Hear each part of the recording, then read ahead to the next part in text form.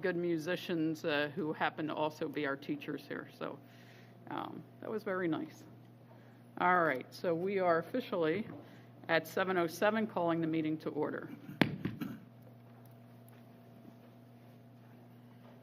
right, can I have a moment of silence, please?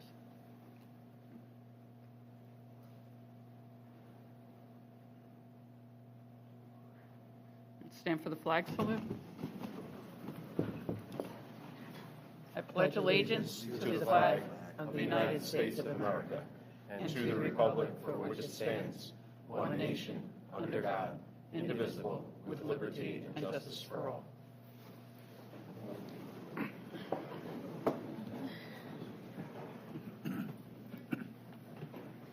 All right.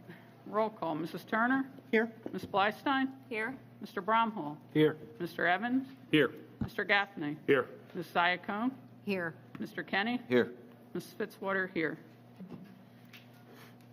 A statement is hereby made that adequate notice of this meeting was given by submission of said notice to the Burlington County Times, the Courier Post, the Cinnaminson Township Clerk, and the district website on the following dates: March 3rd, 2023, and March 28th, 2023.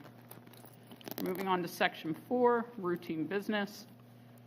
A, the Board Secretary's report for October 2023. The Treasurer's report for October 2023, the receipts and transfers for October 2023, the monthly transfer report for November of 23, the high school activities report for November of 23, the food service management cost performance statement for November 23, certified bill list for December as of 12/6/23, the approval of minutes for the regular meeting on 11/14/23. Mrs. Turner, can I have a motion to approve Section 4 routine business items A through H? So moved. Second? Second. Thank you, Mr. Evans. Comments or questions from the board? Hearing none, we'll take a vote. Ms. Blystein? Aye. Aye. Aye. Aye. Aye.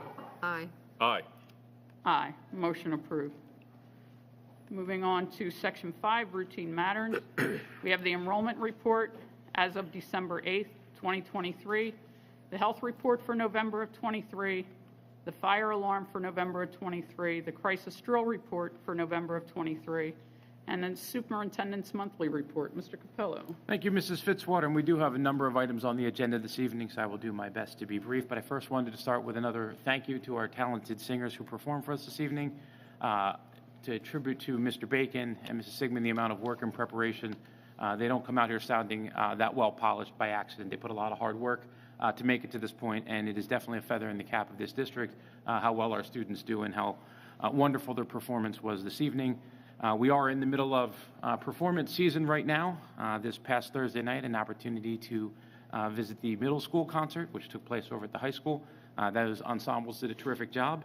As we heard from Mr. Bacon, the high school will perform next Wednesday night at CHS, and we have the Rush students who will be performing tomorrow night at CHS. So I would highly encourage you to find some time to come out and check out those future concerts. And if you can't, many of our concerts are available for a live stream, or you can visit and watch recaps of them at cinn.tv. And thank you to Mr. Creel and his team for making those live streams possible, so we're able to share the gift of our talented musicians with the extended community. A couple of folks who I'd like to recognize our CHASA Executive Board, specifically Kate Meeker. I know many of the people in this room, many of the people in our district had an opportunity to visit Winterfest this past weekend at Cinnaminson High School. It's an annual tradition, was successful as ever. Returning back to our high school was filled to the brim with holiday spirit this past Saturday. And of course, thank you to our many staff members, students who volunteered to come out and help support this fundraiser for CHASA. It is also this time of year where we begin the recognition process for our Governor's Educators of the Year. You may have seen some announcements on our social media outlets, but I'd like to recognize them this evening, and we'll do an official recognition of all of these folks in the spring. From New Albany School, Mary Kay Sutton, second grade teacher. From Eleanor Rush, Nissa Barker, third grade teacher. Middle school, Maria Guado, ELA. High school teacher, Julie Leeds, reading teacher. And district ESP of the year, Heather Toko, also a reading teacher. So congratulations to all those folks. We look forward to recognizing them officially as a board later this school year. A couple announcements out of the Rush School. I'd like to mention that the Rush Student Council collected 369 toys for the Toys for Tots this past week. Third grade classes collected the most overall, with Mrs. McNeil and Mrs. Everman's class donating the most of 48 toys. I'd like to recognize the students of the month from Eleanor Rush School. Third grade, Nathan Shakor and Mrs. Ciorentino's class. Fourth grade, Alina Gomez and Mrs. Davis and Mrs. Flaile's class. Fifth grade, Alex Kircher from Miss Genovese and Miss Lafferty's class. And the specialist student, Ali Rosengarten, nominated by Senora Galvich and Mr. Harding, from Mr. Harding and Miss Sweet's fifth grade class. Our New Albany staff member of the month was Miss Carly Oldfield. Congratulations for her for being selected for her leadership in the Bright Eyes program. And the Rush staff member of the month was Miss Jeannie Murphy. This time of year, I'd like to take a moment just to recognize on behalf of the Cinnaminson Township School District, our Board of Education, teachers, support staff members, families.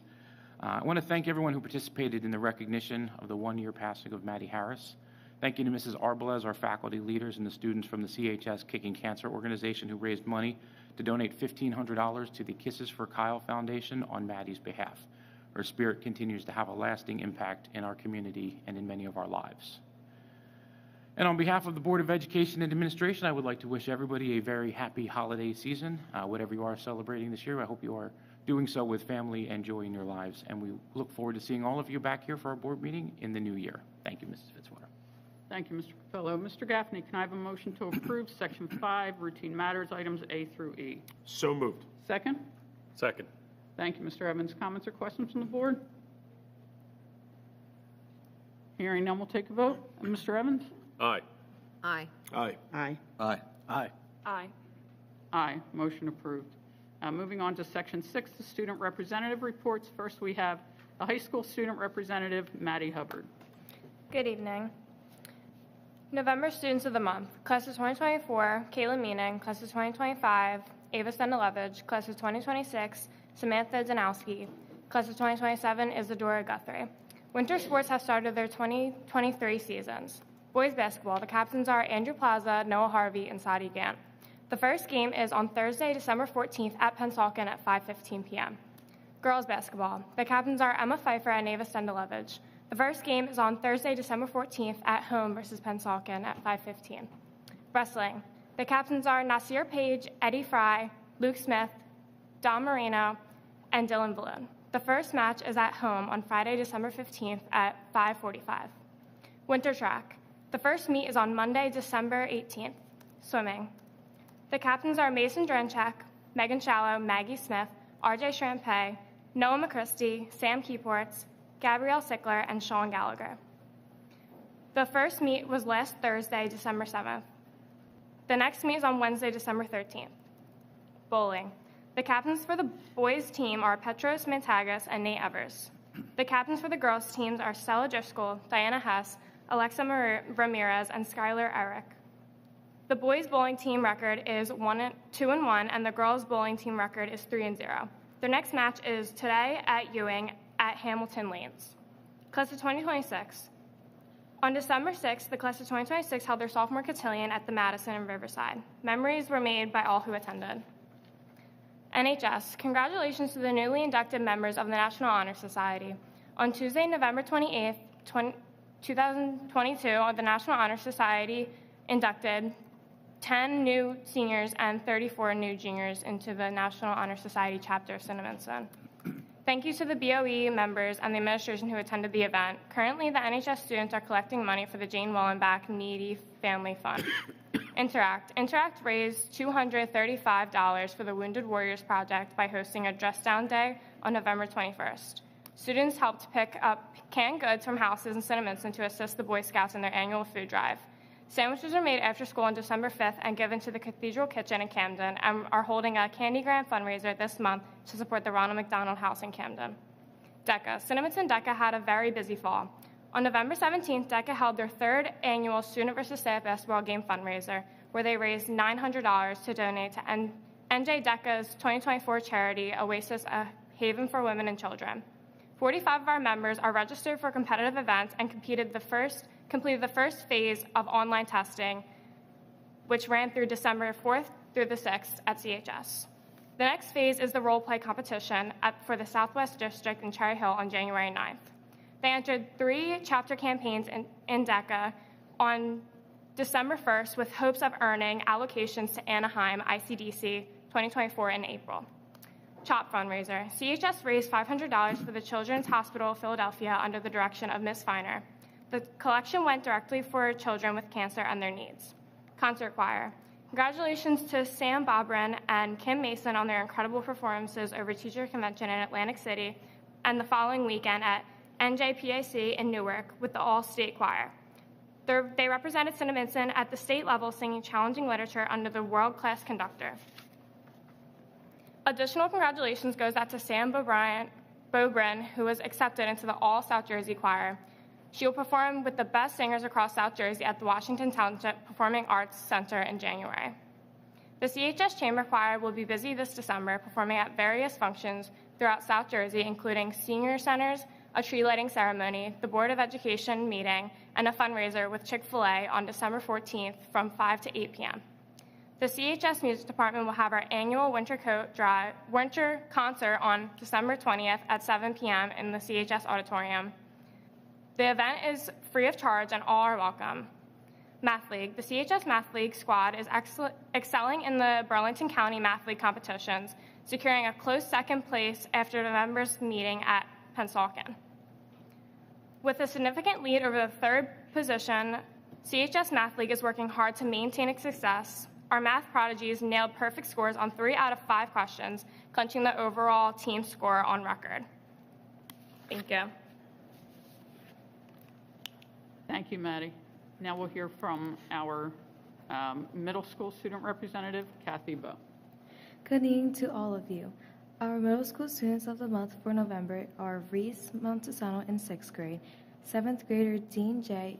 in 7th grade, and 8th grader Aram Madison. CMS is very proud to announce that 6th grade special education teacher, Mrs. Aguado, has been selected as this year's Governor's Educator for the year. Congratulations. CMS is hosted its annual winter concert on December 7th at Cinnaminson High School Auditorium. The concert featured performers from band, chorus, and strings. Congratulations to Mrs. Natasha Sigmund, Mr. Dave Hercock, and Mr. Luke Buchanan for an amazing concert. Winter sports have started. The boys basketball team played their first home game yesterday and will also play this Friday. The girls basketball game will be at home on Wednesday, and the wrestling team hosted a home match today and Thursday. Good luck to all of you. Cinnaminson selected singers traveled to Winterfest at historic Smithville Village this past weekend for an exceptional performance. CSS will also be performing on Spirit Night, December 15th, at the Delran Chick-fil-A from 5 to 7 p.m. In addition to this performance, CSS will also perform on the 20th at Cambridge House in Morristown. Unity Club will be hosting a senior citizens breakfast on the 22nd. Students will be assisting the senior citizens during the event. Starting on Monday, students and staff are participating in dress-up days leading to winter break. They are as follows. Monday, December 18th, holiday headwear. Wear your favorite winter headgear. Tuesday, December 19th, feeling frosty. Let's think snowy thoughts and wear blue or winter white. Wednesday, December 20th, mad at plaid. Aren't you glad that winter break is almost there? Wear a festive plaid or comfy flannel shirt to show your spirit. Thursday, December 21st, say yay to Pajama Day for CHOP. Pajama Day is a chance for the school to spend the day in the most comfortable jammies and support kids who rely on Children's Hospital of Philadelphia for care, cures, and hope. Students and staff will be encouraged to wear their pajamas, and the Student Council will be leading a holiday collection to benefit CHOP directly. Friday, December 22nd, Festive Friday. Wear your favorite holiday sweater, tie, vest, shirt, socks, or accessories. Show off your holiday spirit on the last day of school before the break. Thank you, and I hope everyone has a wonderful winter break. Thank you, Kathy. Lots going on at both of our upper schools. All right, we're moving on to Section 7, presentations, and the first thing that we're going to hear from is Mrs. Llewellyn and the Cinnaminson Special Education Program. Right, and as they're transitioning in, Mrs. Llewellyn has brought a large team with her. If any members of the board, there will be some visuals, so if any members of the board would like to relocate out into the public, now would be a great time to do that. This presentation has been in the works for a couple of months. It was asked at the request of several members of our board to get a little better understanding about the relationship between our child study team and our special education program, and Mrs. Llewellyn is here to talk about all the many things that are going on in her world. So, Mrs. Llewellyn, if you would, the floor is yours. I'm going to relocate. Everyone else is good? All right, good evening, members of the board, members of the audience who joined us this evening. Thank you so much for giving us this opportunity to share with you information regarding our district special education program and child study team. So what we're going to do is walk you through the process of what happens when a student is identified as having a struggle, whether it's academic, behavioral, social, emotional, or medical. We're going to share that process, the services that we offer, the different programs related services, and take you through that entire process up to and including graduation. And then at the end, we will close our program sharing some of the initiatives and programs that we've had, the child study team and special education programs have developed over the last couple of years. So I'll start off by sharing with you our child study team. So our child study team is here. So first, I'd like to apologize if you thought this was going to be a quick board meeting. We're going to take up a little bit of your time, but we do have a lot of information to share. So first, I'd like to share with you a little bit about the child study team. Our child study team is broken up essentially into two teams. We have a elementary team, which is preschool through grades 5, and then we have a secondary team, which is grades 6 through 12, or the age of 21 if a child is staying until 21. So let me quickly introduce you. So we will do this one time. In our elementary team, just give a little wave. We have Christy DeSanto, Angela Jack, Alyssa Mebbs, and Gabby Roach. They're our elementary team. And in our secondary team, we have Michelle Montrose, Jesus Powers, Joe Sigmund, and Jen Alexander. Our supervisor of special services, Bethany Sanders. So they're all going to take a part in this presentation as well.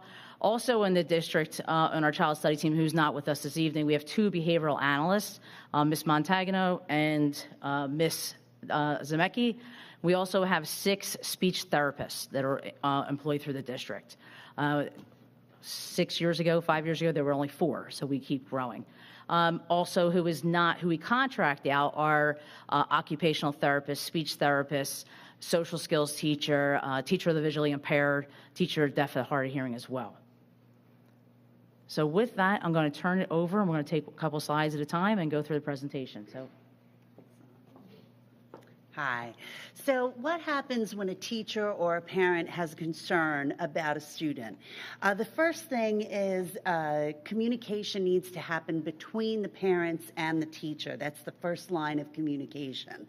Once they have established the concerns, if there's need for further need for address, either the teacher or the parents can contact the counselor, and the counselor can refer the student to the INRS team, which is the Intervention and Referral Services team.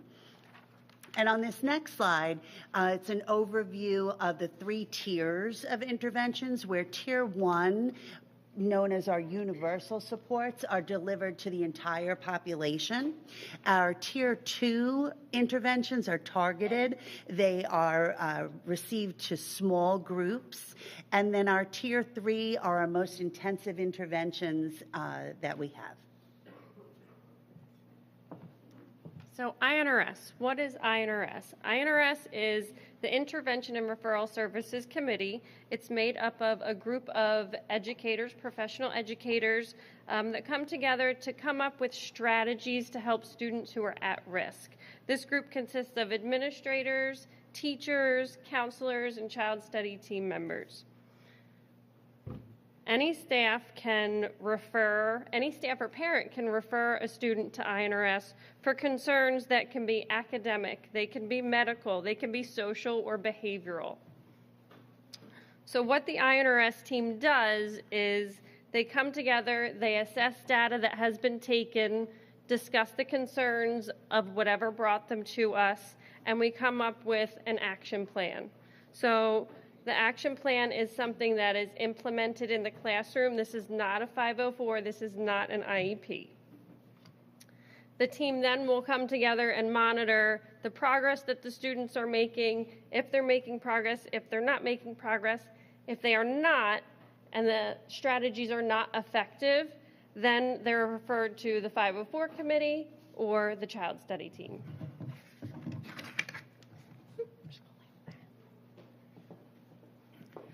So what is a 504 plan? A 504, let's establish what a 504 is. A 504 actually is a civil rights law that helps persons with disabilities. What is a person with a disability, right? A person with a disability is something that hinders that person's ability to, perform an activity. So, such as walking, talking, hearing, seeing, and even learning. The goal really here is just to ensure that all students have equal access to education in the schools. So, how is a 504 provided? How does this provided by a 504? Equal access is provided by allowing changes to the learning environment within a classroom. Who becomes eligible for a 504? A student whose disability interferes with the student's ability to learn within a general education setting. Students may be eligible for a 504, but not necessarily an IEP. 504s are reviewed and they're updated annually, just like an IEP is. Well, as it was briefly mentioned, we had the INRS, which is the Intervention Referral Services Committee, as well as the 504 committees, when they look at identifying interventions and strategies to help students that are exhibiting academic difficulties. That's typically what happens before a referral is made to the child study team. So with the data that's collected and reviewed by these different committees, they try to determine the effectiveness of those interventions and strategies. Depending on how the students respond to that, if they feel they are doing well enough, they'll continue. If for some reason that it's not adequately addressing their educational needs, then what typically happens is those committees will make a referral to the child study team. If there's a concern that the student may be suspected of having a disability, then that too would be a reason for a referral for a child study team. And with that said, the child study team referral pretty much is a written request given to the school district, pretty much when, again, suspecting there's a disability and if a student requires special education related services, a parent, school personnel, agencies concerned with the child's welfare, which in the state of New Jersey is DCP&P, which is known as the Division of Children Protection and Permanency, is an organization that tends to make referrals to the child study team when they're involved with their students. We also have up to 20 days once we do receive a written request from an outside referral regarding to the needs and concerns of the student that's identified, because there may be, again, a concern of suspicion that the student has a disability. And with that said, within that 20 days, we'll meet, we'll review the information and concerns. We'll look at determining if there's a need to do any types of evaluations. If there is, then we talk about what types of evaluations to proceed with the process. And if not, then we talk about recommendations going forward as well. And so what does that mean? Once we proceed with the process with the referral, how are decisions made about students with special education needs? Well, as I mentioned earlier, when you have the first meeting, which is identification meeting within 20 days, we look, again, reviewing the reasons for the concerns, what interventions have been provided or attempted. If the determination based on that information warrants further evaluations, then we decide what type of evaluations that would be considered to collect additional data, whether it's a learning assessment, social assessment, psychological, speech. There's a variety of evaluations that are considered depending on what areas are concerned at the time of the meeting. Again, all this information is used to make a determination of students eligible for for special education and related services. Now, with that process, once that information is collected and a team reconvenes to review that information, then we look at making a determination if the student is eligible for special education related services based on one of the 14 categories that are available and outlined in New Jersey's Administrative Code of Special Education. So there's criteria that's specific to those areas, and that's what the team would look at and make a determination based on that criteria listed. With that said, if a determination is made that student fulfills one or more of those conditions or disabilities, then we move forward towards developing a individual education program, which outlines the specific services and related services that the student will need in order to be successful in school. And it also will kind of outline in terms of their placement. With the process going forward, once a student is involved with an IEP, which is, again, the Individualized Education Program, every 3 years the team does reconvene to kind of review how the student's performing, making sure that their needs are being met. And at that time, we also look at making a determination if any additional information is warranted or evaluations, which would involve a reevaluation process. Thank you.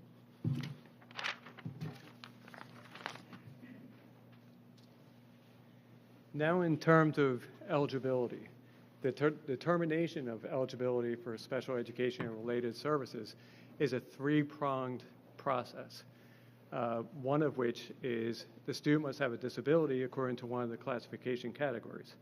As Mr. Parrish just mentioned, there are several different categories.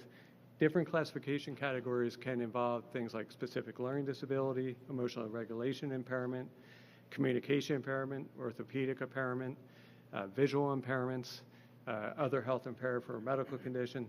There are several. Second, a student must have a need for special education and related services. And third, it must adversely affect their educational performance. And adversely affect means preventing success in their academic program. All right, so what is an evaluation? An evaluation is the process we use to determine eligibility. An evaluation will include interviews with the teacher, the parent, the student, observations, and standardized testing. And for an initial evaluation, you must have at least 2 child study team members present, as well as a minimum of 2 assessments completed for eligibility. And it must be completed by a person who has the proper certification or license. Can outside evaluations be considered? Yes, of course they can, as long as they've been completed within the year. Child study team will review the evaluation presented to us.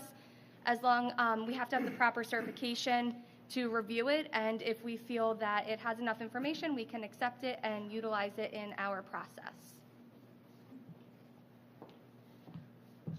What is an IEP? An IEP stands for Individualized Education Program. An Individualized Education Program is a legally binding document. It's developed by a team of teachers, school district representatives, members of the student's family, sometimes the student when they're of age. The IEP is a written plan that includes the student's program. It has related services if needed. It has the students' present levels, it has their needs, it has measurable goals and short-term benchmarks and objectives. Least restrictive environment. What is least restrictive environment? It's not a place, it's a principle that guides a child's educational program. The least restrictive environment for every student may look different because every child is unique. To the maximum extent appropriate, children with disabilities are educated with children who are not disabled. So the goal of every student is to be educated in the general education class. This is the levels that are offered, but the ultimate goal is general education. The next level is inclusion. This is our co-teaching model. The next level is resource room. So students may be in an inclusion setting or a general education setting, but they may need, for different subjects, support in those settings. That is the resource room setting. The next level is self-contained, and this is taught by a special education teacher with special education students. The next level is a separate school, and then the last level is residential.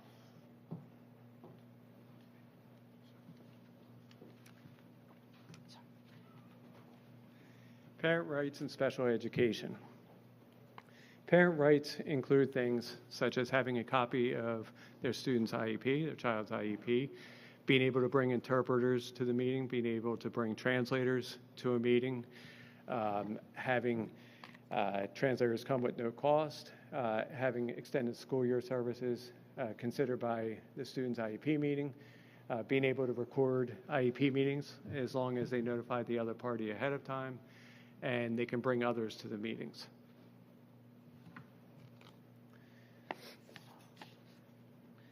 Now, in terms of the parental parent rights and special education booklet, that's the prize booklet, and it's kind of like a Cliff Notes version of the special education code. It provides a lot of useful information that can be provided when a parent asks for it, can be provided annually, and can be provided at initial evaluations.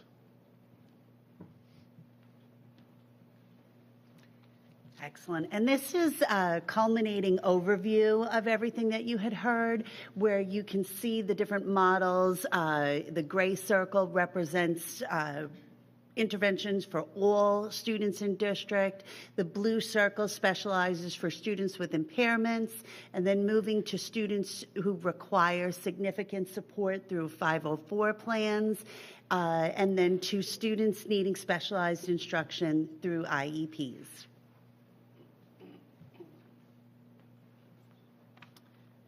Okay, our next set of slides are going to highlight just a few of our programs and our projects that have been implemented throughout the district. So starting with our Child Study Team Monthly Awareness Initiative, every month the Child Study Team focuses on a different disability with the goal to bring awareness to our special needs community.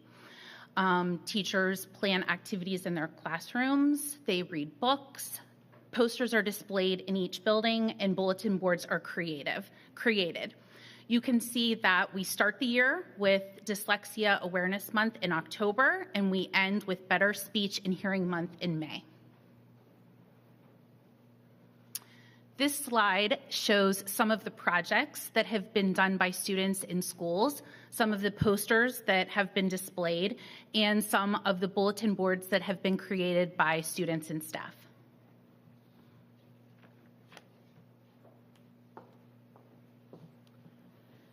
So the next part of this presentation, we'll talk about the growth in special education. As we're fully aware, the growth in the district, over the last several years, we've had tremendous growth in the district. If you could focus on the pink columns or the red columns, I've compared 2018-19 to our current year, 2023-24. And in the four columns, they were the rows, four columns is the district-wide 504 students that we service. District-wide special education students, and without a speech-only goal, because there are IEP, there are students who have a speech-only IEP. The third column is adding in the speech-only IEPs, and then the fourth column represents the district enrollment for each one of our October reports. So if you can notice in the far right column, 2018-19, we had almost 2,600 students. And then today we are at almost 2,900 students, which is a growth of, I believe that's 13%.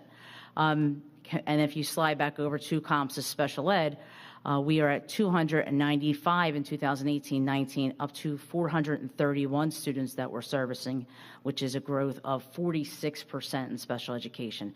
And obviously we've had COVID years in there, and there are more students who are needed services. We see that same growth with 504 students, and that same growth in our speech only as well. So I just wanted to bring that to your attention, the number of students that our district is servicing. And with that comes the first place that we are growing is our preschool. So a little background information for preschool. So students are referred, or preschoolers are referred to the child study team 110 days before their third birthday. They start, if they're eligible, on their third birthday. Very different than a normal kindergarten enrollment where they start at the beginning of the school year. We have rolling enrollment all year long with our preschoolers, and the program continues to build. Back in 2017, we had one preschool with disabilities class that serviced 13 students and one half-day integrated preschool classroom with 15 students. Today, we have 2.5 preschool with disabilities classrooms servicing 24 students and 10 more that will continue to come throughout the school year.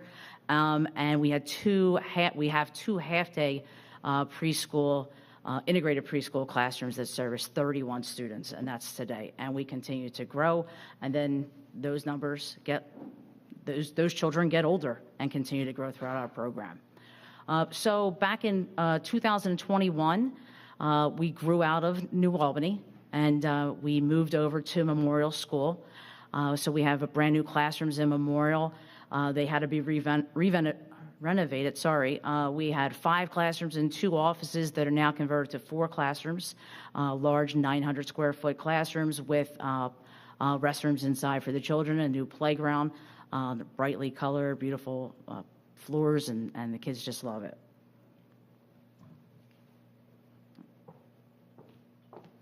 Now, I'm going to talk about the Pirates and Pages program.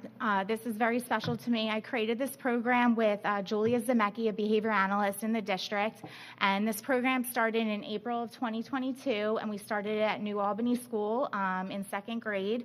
The goal of this program was to strengthen the literacy skills with special reading companions, which is a dog, and we started with Lily, and now in the district we have 3 dogs, and we have a dog that visits the middle school and high school in the Wellness Center. And now we're going to be expanding to Rush. Hopefully, as soon as January starts, since we have 3 dogs, Remy, Lily, and Roxy, getting another dog, it was a little hard, but we're going to be expanding the program. The dog comes and the students read to them, they write to the dogs, and this program is really just built confident readers, and the students just really love having the dogs come to the classroom, and it's just been a real joy to have. So I've been really excited to have this program take off. So as part of our life skills program at the high school, we do have a career to work experience program. Our 9th and 10th grade students get to job sample on campus, sort of in the high school building, sorting mail, working in the cafeteria, things like that. And then our 11th and 12th grade students get to work in the community. By 12th grade, before they leave us, we do like to try to tailor their job to their ability level as well as their preferences. So you can see some logos here that represent the different job placements that our students have had, both past and present. Again, you have to be in at least 11th grade to start out in the community. And some students do stay until they're 21, and so for those students, they will continue in the work program as well. They do go out to work 4 days a week. On Wednesdays, they have a community-based instruction trip that they go on. We could try to go on different trips every week. And more importantly, they are assigned a job coach when they go out to their job sites so that somebody is there to assist them. The goal is to naturally fade out that job coach when they are able to do the job independently. And last but not least, we have Play Unified. So at the high school, we do have Play Unified sports, and it is a great opportunity for students both with and without special needs to unite together as a team. We have soccer in the fall, basketball in the winter, and track in the spring. There are several other local high schools who participate in the unified program that we get to play against. And it's just a really great program. I've assisted with the track and the soccer in the past, and I just absolutely love watching these kids come together. They have so much fun, and that's the most important thing.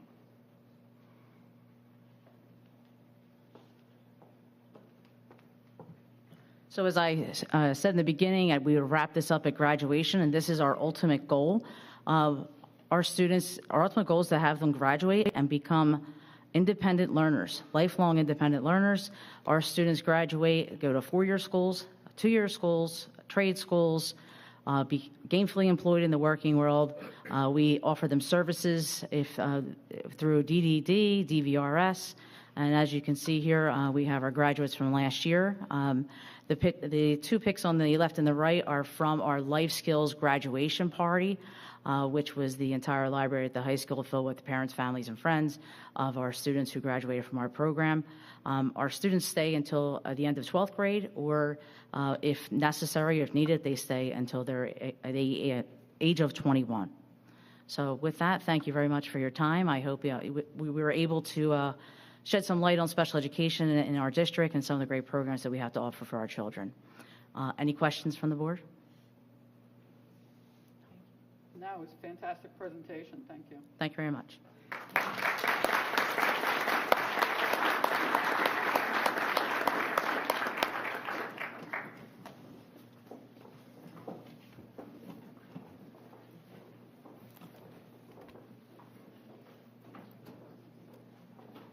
Okay, now we have some recognition from the Board of Education. Mr. Capello. Oh, I need that computer back.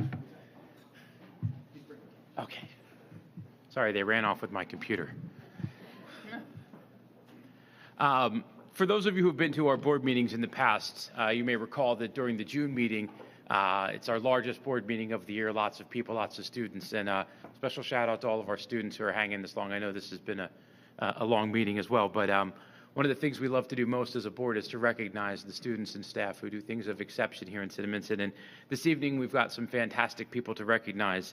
And in order to get this started, I'd like to welcome our first group of presenters. So from Cinnaminson High School, Mr. Gorman, if you would be so kind as to join me up here. And our slides are back. The floor is... We got slides.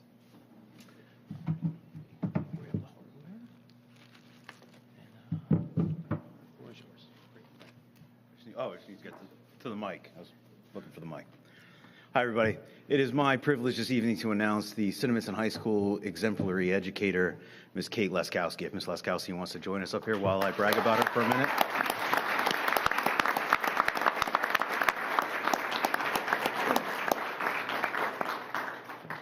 Congratulations. Thank you.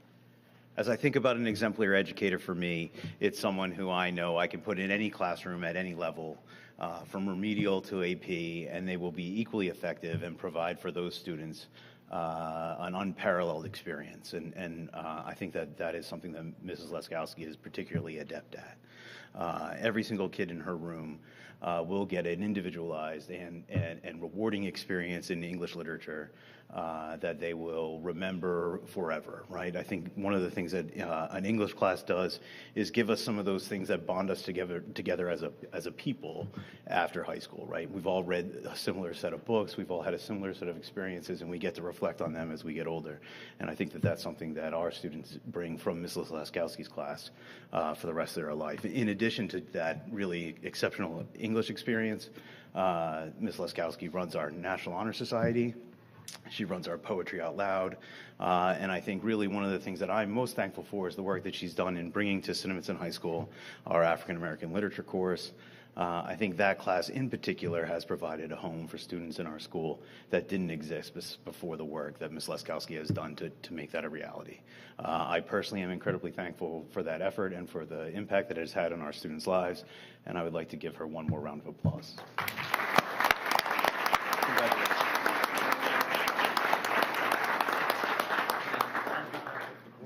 For this evening, and we're going to grab a couple of pictures. Mrs. Fitzwater is going to join us.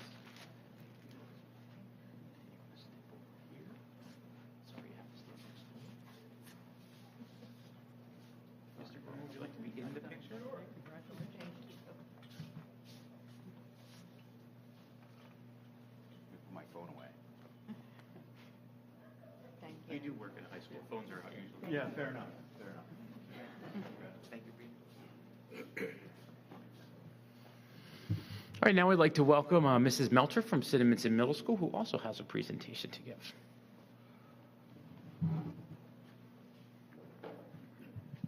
Thank you, Mr. Capello. Good evening, everybody. It is my pleasure to invite Mr. Will Welcher to the front to be recognized.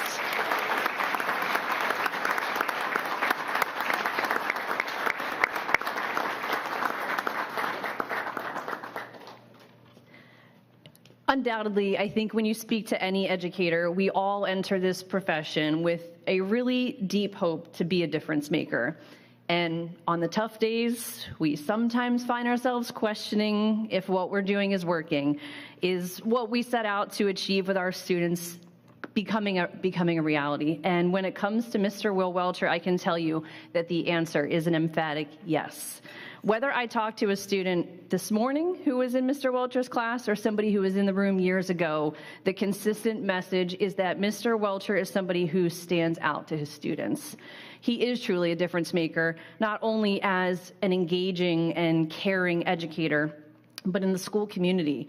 And Mr. Welcher has dedicated years and years of service to student athletes. He has coached basketball, softball, even dabbled in a little bit of soccer. And in addition, he has also taken on a leadership role amongst the faculty. In particular, he has really been somebody I can count on to spearhead our building's commitment to making Cinnaminson Middle School a more equitable and inclusive environment for students and staff alike. And on top of that, he is also somebody who has served as a professional mentor to student teachers over the years, as well as first-year educators.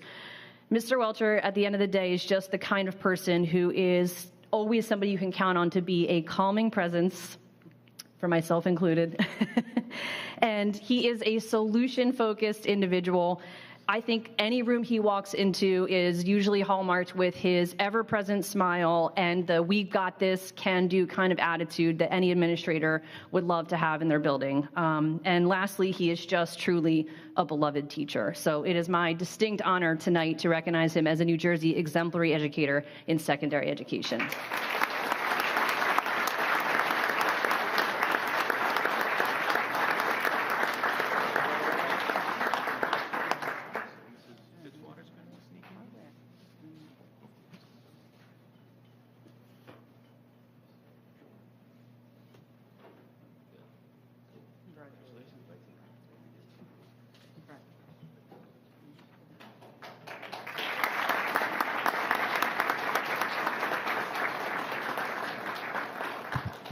Don't go too far, Mrs. Fitzwater. At this time, I'd like to welcome Ms. Carrie DeSimone, who is going to do a presentation for us from her building.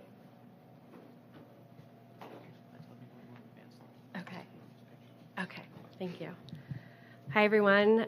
Welcome. Thank you so much for coming out. Thank you to Troop 70 for coming out to support your fellow scout. And I am greatly appreciative of Mitchell DeLessio, a high school senior here at Cinnaminson who chose our school, thankfully, to do his Eagle Scout project.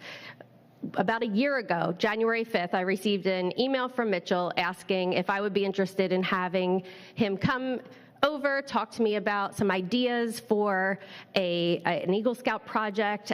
He remembered Rush School. He remembered our ecology club and their beautiful greenhouse that they had out back, as well as their garden beds that they had built.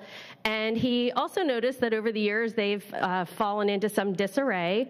The tornadoes did not help with the greenhouse, so he asked if he would be able to put those together again, bring us some new garden beds, and build a new greenhouse for us. So he set out a plan, and I think that the reason, that he was so interested in this, at least what he had shared with me, is that recently, over the past few years, he's grown a love of gardening, of plants, growing and caring for plants, particularly rare and exotic orchids. Yes, And he wanted to, give back something where perhaps there were other students who had a similar love, and he wanted to share that with those students and make sure that our ecology club and our students for science class would have somewhere where they could go and participate in gardening, taking care of plants, and possibly, finding that similar love. So he put a plan together. He raised all of the funds over the past year, and on November 12th, his plan finally came to fruition. He, with a group of volunteers, fellow scouts, and parents who came out to support him and to help with his build, they came together at the back of Rush School, and they put together this gorgeous greenhouse. They replenished our beds. They fixed the ones that existed already, and they also built new raised beds for our students to enjoy come spring, we think, right? The plants now weren't lasting too long, but it went really well because at this time we have a few hydroponic gardens that we are starting in the building. So some of our fourth grade science classes have now taken their seedlings out to the greenhouse. They are waiting for them to be ready to be placed into the hydroponic garden. So it was perfect timing. Mitchell is following in the footsteps of another Troop 70 Eagle Scout who came and did an outdoor classroom for us a few years back, Ryland Ross, also a Cinnaminson High School student, graduated now, but we are extremely grateful for your efforts, the care you took, the thoughtfulness, and just getting everyone else involved with you. It was a very much job well done. So thank you, Mitchell.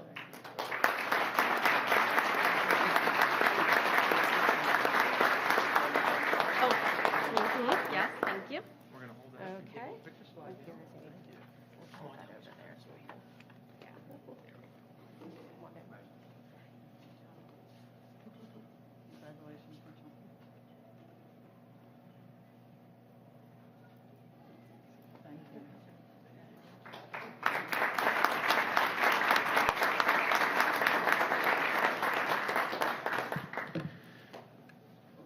Thank you, Mitchell, for your services, and I appreciate your fellow troop members coming out and supporting you here this evening. And for some of the younger crowd, I can tell you there are a number of additional projects in the district that we are happy to have you give us a hand with. It's funny, we were in a meeting yesterday, and there was talk of a new sign somewhere, and someone said, how about an Eagle Scout project? So it's a whole pathway of volunteerism awaiting you. At this point, we do have a couple more presentations, and I applaud the young folks for sticking it out so long this evening, particularly for these next two presentations, as we're going to be recognizing some of our board members for their community service and service to this Board of Education. And the first person I'd like to call up is Ms. Katie Quinn. Katie is in the back. And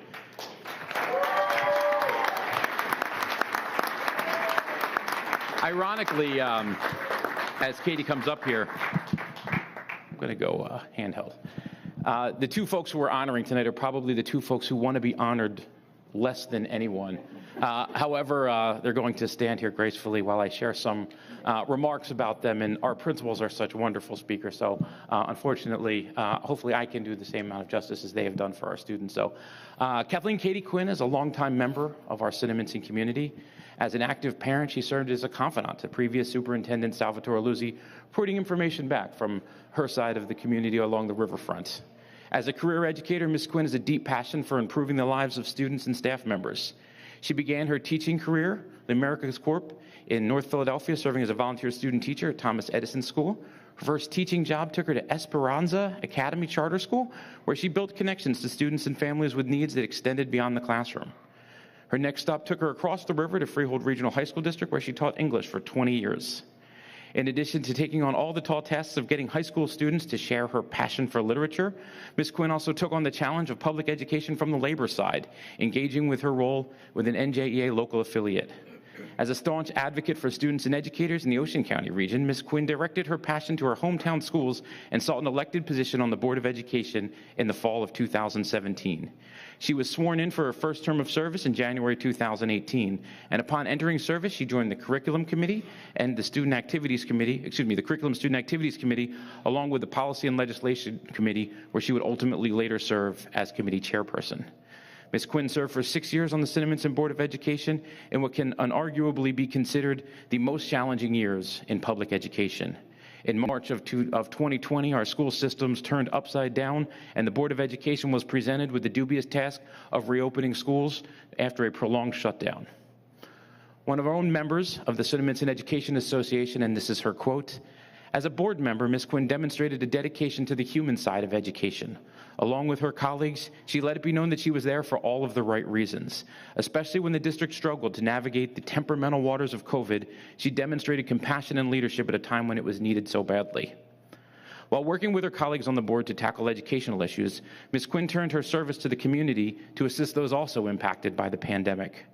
She helped to form a social media campaign called Cinnaminson Helping Cinnaminson, where she and a small group of volunteers helped to provide goods to those in need. From grocery pickups to baby formula collections, pharmacy deliveries to supply exchanges, the group matched shortfalls in the community with those who were able to help. Her service to the community was featured in People magazine. Hold on, I have proof. During her 6 years on the board, Ms. Quinn was instrumental in helping to establish district-wide programs in diversity, equity, and inclusion. As a steadfast advocate for access to education for all, she was a driving force in many of the behind-the-scenes decisions that helped pave the way for school equity and programmatic changes district-wide. Undoubtedly, her most driving motivation and most proud role is that of mother and #1 fan to Cinnaminson Soccer's number 17. I think the greatest joy of service that I was able to witness firsthand was Ms. Quinn with the pride that she shared in handing her son his diploma at graduation last year.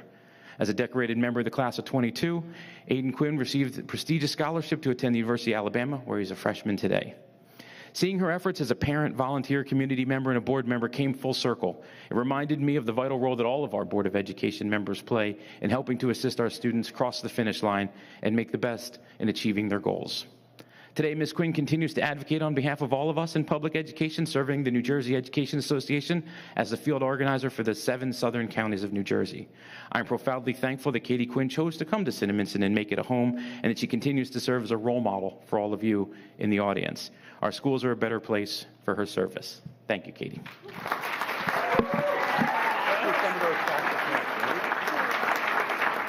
Hold on. We got hardware. We got hardware.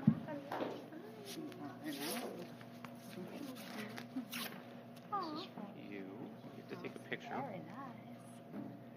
Here. Like a prom picture.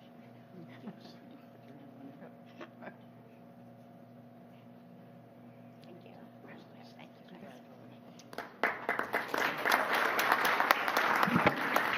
And I believe maybe in the back some members from Team Cinnaminson are here. If you could wave hello. Thank you for lending us her services for the past 6 years and being here this evening to see her recognized.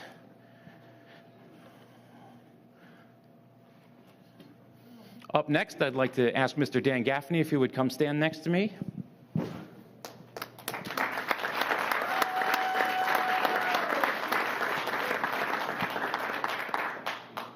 Right over here.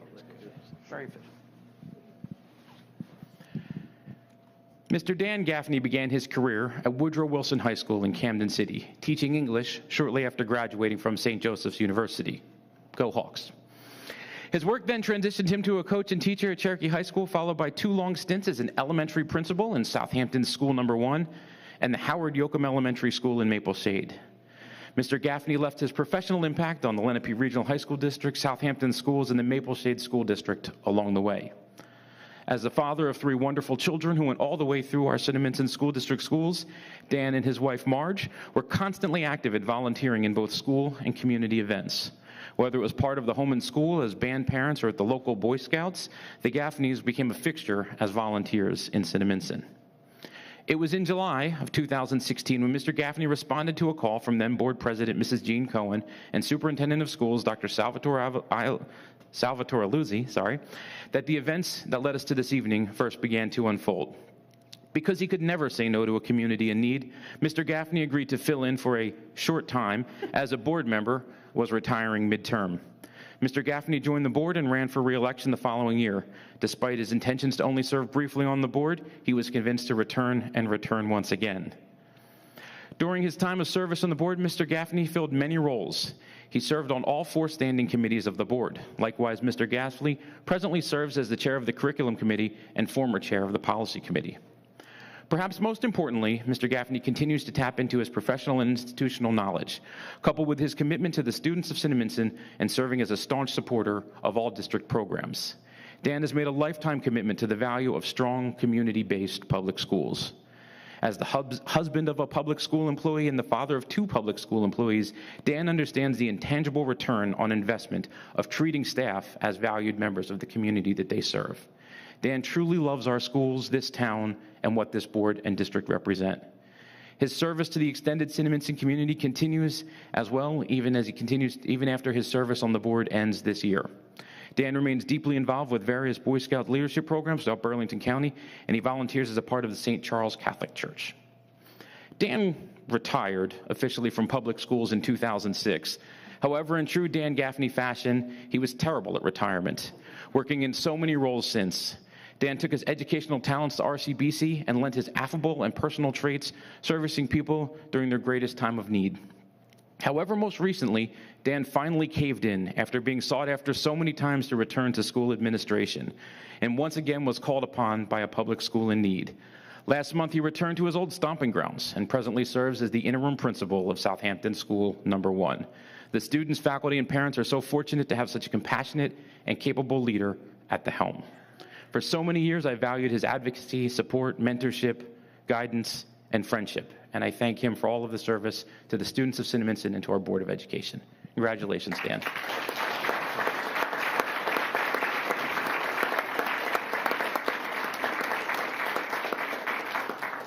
And actually, if the members of the Gaffney family, they were there when Dan was sworn in 7 years ago and took a picture. We're going to kind of try to recreate it. I'm sorry to put you on the spot, but if you don't mind coming up and snapping a picture, we appreciate your being here to support Mr. Gaffney this evening.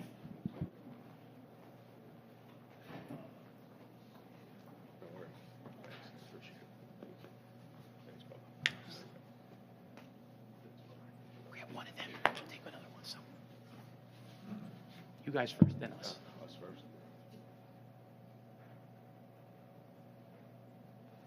We're gonna hop in with you. We're part of the family. Come on.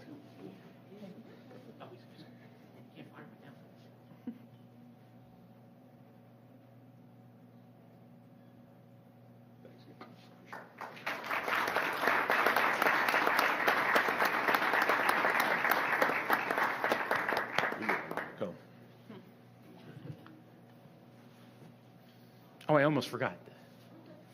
A look back on Dan's years in Cinnaminson, and there might even be a maple shade picture up there, too. All right, and at this time, I'd like to welcome Mr. Gorman, Dr. McCann, and Mr. Wilkinson up for some CHS, not only athletic, but athletic and maybe some artistic awards as well. So I hand it off to you. And Mr. Krill's going to figure out the technology piece.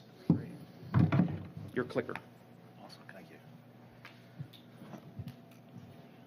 I'd just like to say thank you to the high school students that are here. I know this has been a really long meeting, and as usual, the high school will be batting cleanup. So thank you for your patience. If I can have the students that are going to be recognized tonight come on over to the right-hand side of the room. That way we can have you walk up as your name is called. We will be recognizing you by sport. Dr. McCann will come to the podium to read off the names. Which button goes forward? There you go. All right, first set of awards is football all division. Those honors were awarded to Michael Beers, Aiden Burke, Luke Smith, Donovan Wilkinson, Kane Block, Sadi Gant, Gavin Prendergast, and Kyle Willis. Good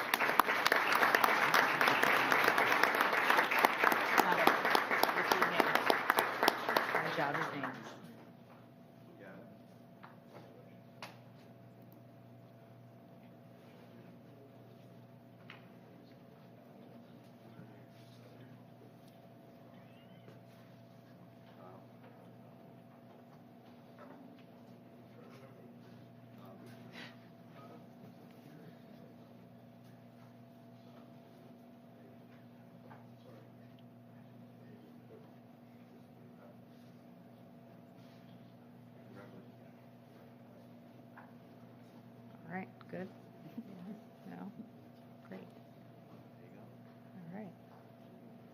We also had one football player who earned both all-division and all-county honors. That was Brian Finnerty.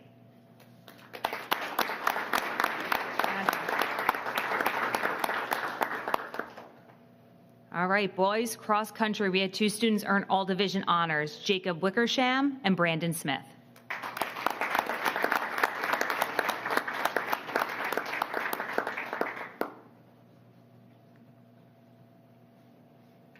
And girls cross country all division, we had Olivia Moyer and Abby Flannery.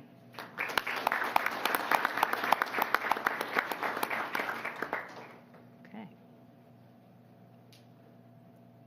For girls cross country, we also had a really stellar athlete who won both all division, all county, and all state honors, and that's Anna Marino.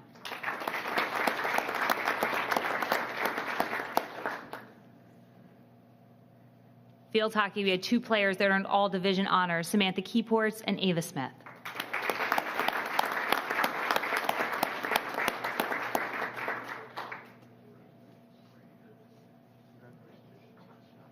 Congratulations.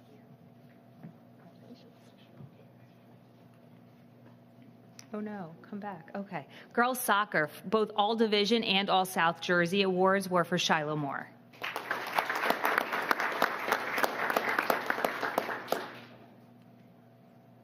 And for girls soccer, Bailey Costin earned all division, all state, and all South Jersey awards.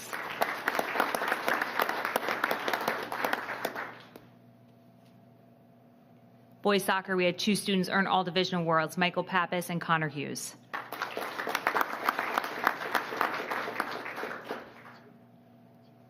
And Noah Huber got all division, all state, and all South Jersey honors for soccer.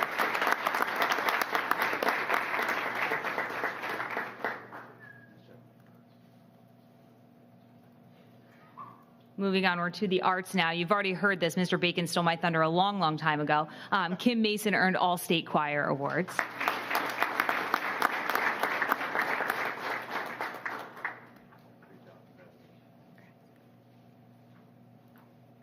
And Samantha Bobber earned all state and all South Jersey choir.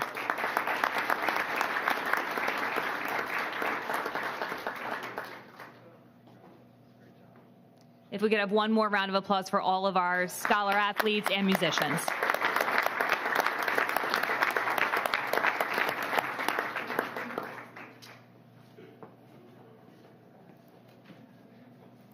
Thank you. That concludes our official presentations for the evening.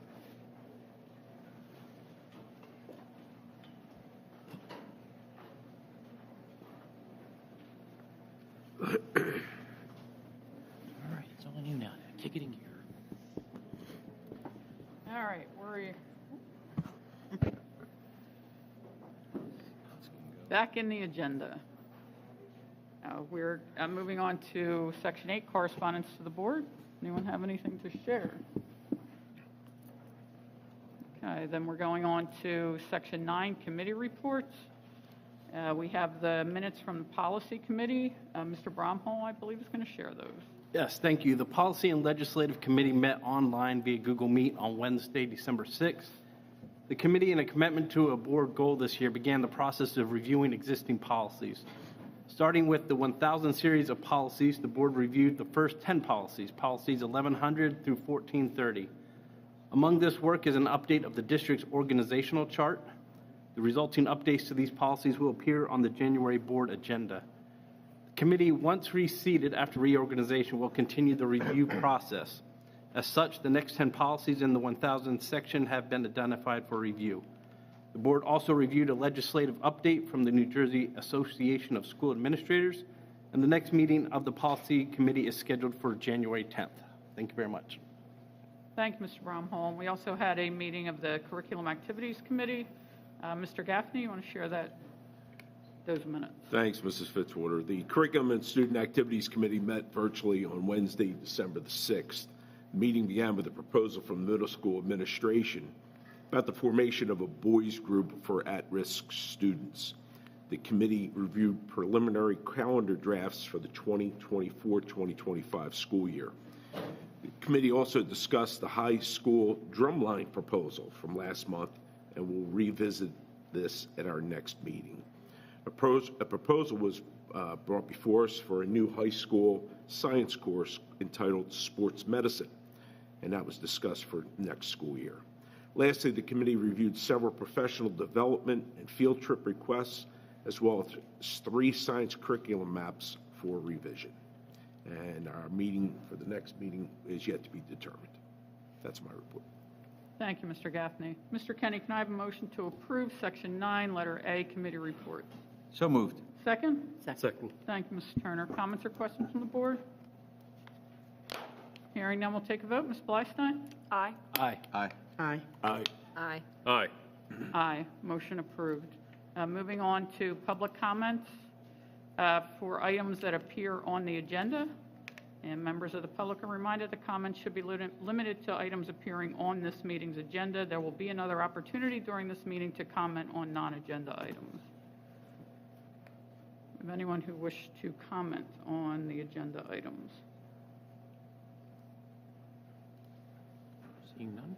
No. Okay. All right, we're going to move on to Section 11, Personnel Certificated. Mr. Hang on. Capello. Oh. Do we have? Okay, you're just moving. It was a deep fake. Look at her son. Deep fake, okay. You guys can go. Section 11, Personnel Certificated. Go, go, go. All right, thank you, Mrs. Fitzwater. I'm under Section 11, Letter A, Appointments and Transfers, seeking the board to approve items number 1 and 2. We have no items under Section B. Section C, Teacher Overload, seeking the board to approve seeking the board to rescind the items listed under number 1 and seeking the board to ratify and affirm the items listed under number 2. Nothing under letter D this evening. Under letter E, extra duty appointments, seeking the board to approve items 1 through 12 as listed in the agenda. Under leaves of absences, there are 3 listed in the agenda, seeking the board's approval on them. Letter G, substitute teachers and nurses, there are 5 names for consideration of the board listed under item number G1 in the agenda. Letter H, tutors, seeking the board to approve the 1 name listed under number 1. Student teachers, there are 3 items, 1, 2, and 3 listed in the agenda for the board's consideration for approval this evening. And under letter J, there is 1 item for the board's consideration. Mrs. Fitzwater, that is certificated personnel. Thank you, Mr. Capello. Ms. Syed Cone, can I have a motion to approve Section 11, Personnel Certificated, items A through J? So moved.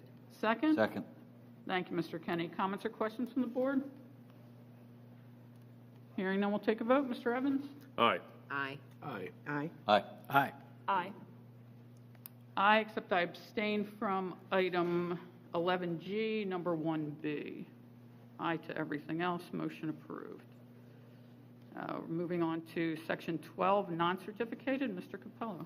All right, under Section 12, letter A, seeking the board's approval of items 1 through 3 listed in the agenda. Under letter B, there are 2 items for the board's consideration listed in the agenda.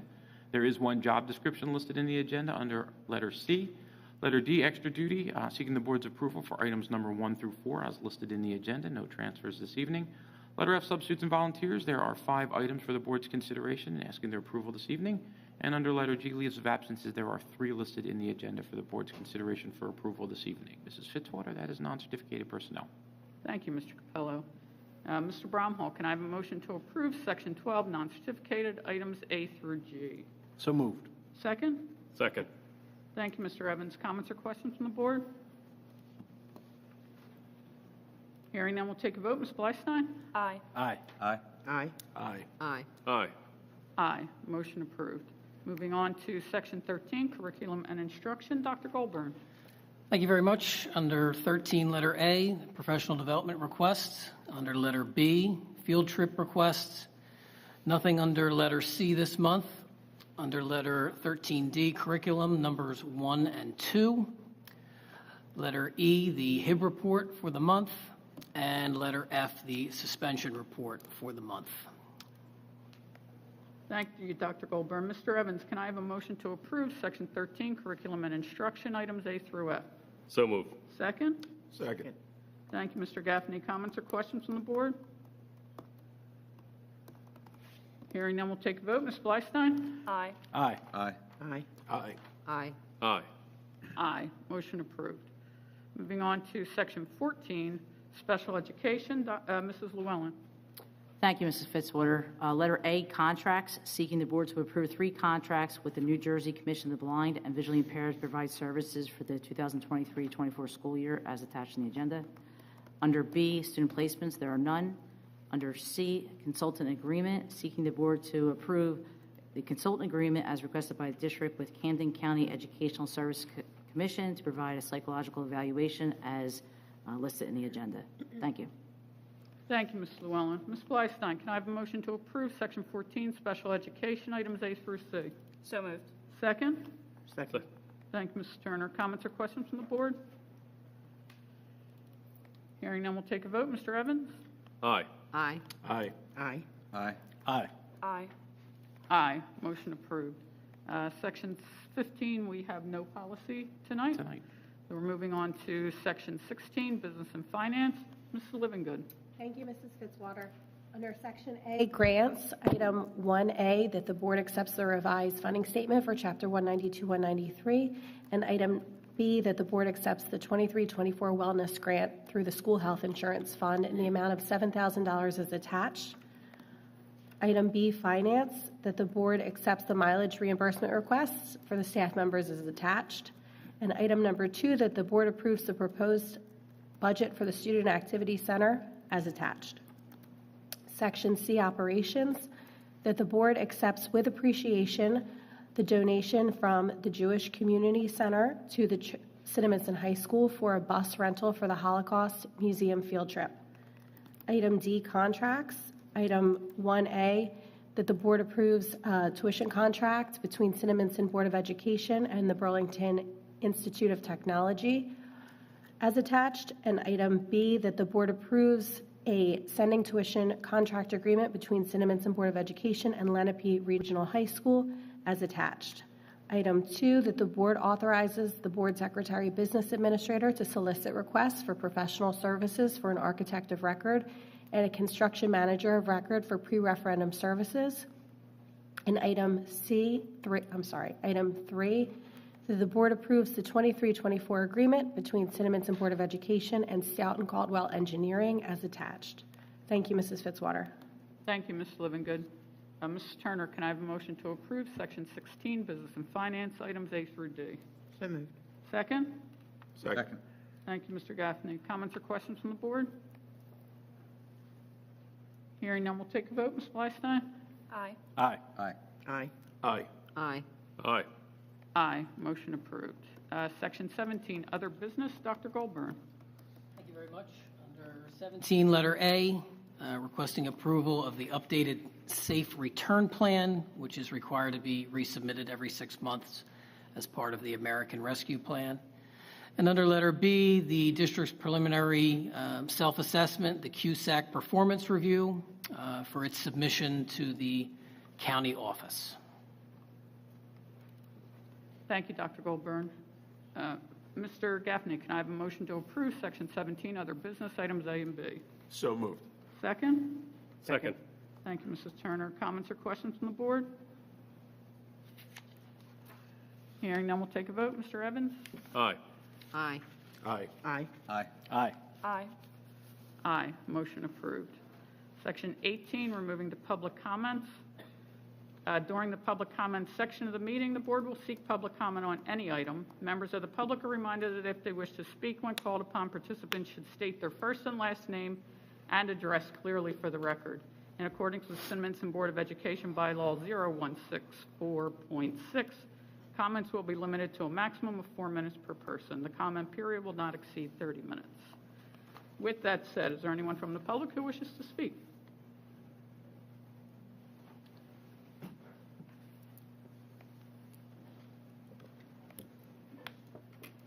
Terry Joyce, excuse me, 18 Paddock Lane. Resource for parents of students with disabilities or special needs is the Cinnaminson CPAG, the Special Education Parent Advisory Group. A CPAG is a state-mandated, parent-driven group that works with the district and Board of Education to improve special education in the district. The first CPAG meeting of the year was last month. We'd like to thank district parents, Mr. Capello, and members of the Board of Education for attending. We hope it was helpful in sharing what a CPAG is and can do to support the special education community. We are encouraged by the attendance at this meeting and engagement on social media so far. Our next meeting will be held on January 23rd at 6 p.m. at the Cinnaminson Community Center. This will be a closed meeting. Closed meetings are for parents and guardians of students in the district with IEPs, 504 plans, those receiving related services, English language learners, out-of-district placement parents, or those who feel that their child may need more support at school to have a safe space to discuss systemic level concerns and ideas for change. Please follow us on Facebook. Just search for Cinnaminson CPAG, and feel free to email us at cinnacpag@gmail.com. Thank you. Thank you, Ms. Joyce. Thank you.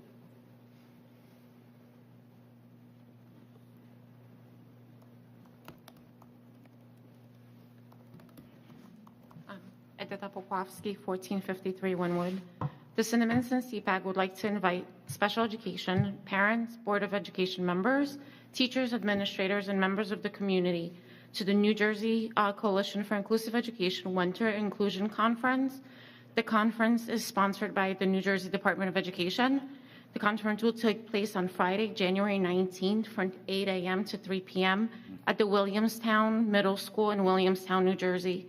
The cost is $175 for school faculty and staff, $75 for parents, students, and self-advocates, and school administrators are free. The Cinnaminson CPAG is offering a free transportation to the conference to district parents. If you'd like to carpool with us, please send us an email for a Google sign-up sheet at cinnacpag@gmail.com or look it up on our public Facebook page. I'm going to tell you this conference has a lot of information. If you have a child, if you're administrators, it gives a wealth of knowledge and a wealth of information that could really come in hand with everything that's out there. The world is changing, technology is changing. We have so much at our fingertips that we can utilize. We just have to learn about it and be willing to do it. Thank you.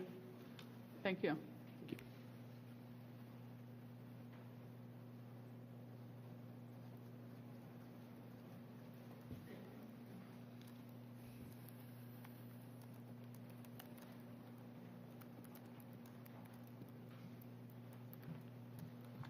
Good evening, Rhonda Chalakos, 219 North Fork Landing Road. Thank you in advance for indulging me. I have a little bit more to say, and I do want to say that teachers can't be thanked enough, so thank you for the forum. I'm speaking as a parent of 4 children in the district, one at each of our wonderful Cinnaminson schools. I'm also a high school teacher in a local school district. I'm speaking to you as a fierce advocate for my children and education in general. The Cinnaminson teachers and counselors, as I'm sure you know, are top-notch. They take time to get to know their students and are extremely responsive to parent questions and concerns. This is not the case at all school districts. Now, on to a more personal topic. All of my children receive modifications and accommodations. At every stage of the 504 and IEP process, we have been met with openness, support, and the feeling that my child's needs were of the utmost priority. As I mentioned, I'm a fierce advocate for my children, and the teams have always worked to ensure my child's individual needs are met, not simply a blanket list of accommodations. Some may say I have high standards, and the special education and counseling teams have never let me down. In middle school, COVID hit, and my child, like many others, was seriously impacted, and our overall schooling situation spiraled. The incredible guidance team worked together, along with her case manager, to build my child up and get her through middle school. It was a struggle, but the team, somehow, never gave up on her and continued to actively try new approaches to help her succeed. Some days, I wondered how they kept being so supportive, but they always tried to say, today's a new day. My child's now in high school and is in the study skills program. This program is truly a game changer for my child. Instead of sitting by, terrified to ask questions, continuing to be confused on content, and receiving grades that do not reflect her ability, she has a teacher to go to daily that can help her with content, coping skills, and provide a safe space for her to ask questions and grow as both a student and a young adult. Having the same study skills teacher for all 4 years of high school is an added bonus because the children do not have to build brand new relationships every year. This helps keep continuity in the student's progress and allows the study skills teacher to do best guide the children. I am so impressed with the special education supports here in Cinnaminson that I'm regularly advocating for change in my own teaching district. This program is irreplaceable. Because of the support provided, my child has grown immensely already this school year, and this has carried over into all aspects of our lives. I cannot praise the Cinnaminson teachers, counselors, and child study team members enough. Thank you. Thank you. Thank you.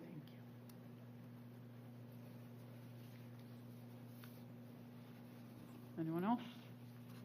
Any other members of the public wishing to address the board?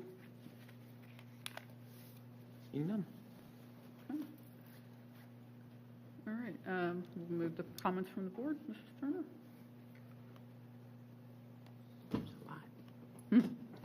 Good evening. Congratulations to our talented students who performed so well tonight. You set the atmosphere for a wonderful evening and a joyous holiday. Thank you to Mr. Gaffney and Ms. Quinn for your tireless dedication and service to our school district. You will be missed. Thank you to Madeline and Kathy for a great student report. Congratulations to all of our new National Honor Society members. Thank you very much to our Special Education Department for a wonderful, informative presentation. Congratulations to Mrs. Laskowski and Mr. Welcher on being named New Jersey Exemplary Educators. Thank you to Ms. Mitchell DeLesio for your greenhouse contribution to Rush School. Congratulations to our outstanding athletes and singers who were recognized tonight. Thank you to all the members of the community who have taken the time to share their comments with the board this evening. Best wishes to all of our winter sports teams. Congratulations to the members of Troop 70 who have truly dedicated a great deal of time and energy to improve our schools and in turn our community. Thank you for the beautiful greenhouse that was Mitchell DeLesio's Eagle Project, which the troop assisted with building. You are the future leaders of our community and your efforts are appreciated. We wish you a joyous and holiday season. The reorganization meeting of the Board of Education will be held on January 2nd at 6 p.m. here in the Cinnaminson Middle School cafeteria. The next regularly scheduled board meeting will be January 16th at 7 p.m., also here in the cafeteria at the middle school. Information can be found on our district website. Thank you. Thank you, Mrs. Turner. We are going to convene into executive session, but no further business will be held upon our completion. So with that, Mr. Kenny, can I have a motion to convene into executive session? So moved. Second? Second. Thank you, Mrs. Turner. All in favor? Aye. Opposed? All right, we're now moving into executive session.